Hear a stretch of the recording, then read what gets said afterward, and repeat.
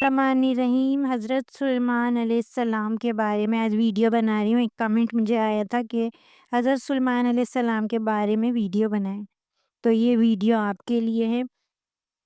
Video پسند آئے تو میرے چینل کو سبسکرائب کیجیے گا اور کمنٹ ضرور کر دیا کریں ویڈیو کے بارے میں جو بھی آپ کی رائے ہو۔ حضرت سلیمان علیہ السلام کو اللہ تعالیٰ نے اختیار دیا کہ دولت، حکومت یا علم میں سے کوئی ایک چیز چنے۔ آپ نے علم کا انتخاب کیا، اللہ نے آپ کو علم بھی دیا، دولت بھی دی اور پھر حکومت بھی دی۔ ثابت ہوا کہ سب سے بڑی دولت علم ہے۔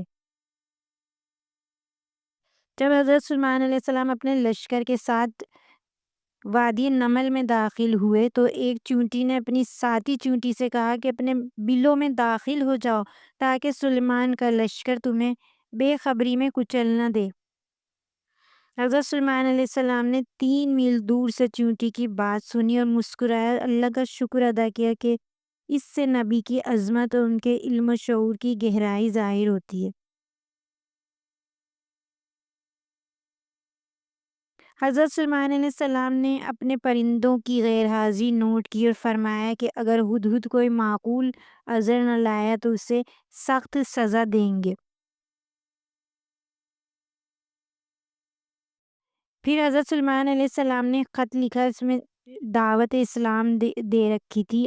ملکہ بلقیس نے خط کی عزت کی اور اپنی قوم سے مشورہ کیا اور اس نے سونے کے تحفے بھیجے، مگر حضرت سلیمان علیہ السلام نے فرمایا کہ اللہ کی دی ہوئی نعمتیں ان تحفوں سے بہتر ہیں۔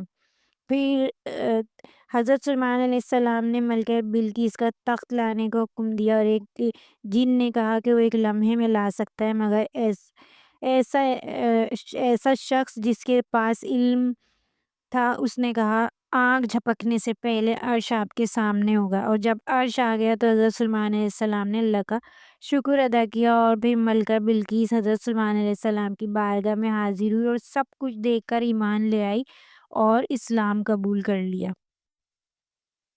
اللہ کا دیا ہوا علم، مال اور حکومت سے جو ہے اللہ تعالیٰ کا دیا ہوا علم، مال اور حکومت سے افضل ہے۔ نبی کا لشکر ان کی تعلیمات رحمت و عدل پر مبنی ہوتی ہیں، اور اللہ کے نبیوں کی شان یہ ہے کہ وہ نہ صرف انسانوں بلکہ جانوروں اور پرندوں کی زبان بھی سمجھتے ہیں۔ اسلام کا پیغام عزت، علم اور حق پر مبنی ہوتا ہے جو دلوں کو بدل دیتا ہے۔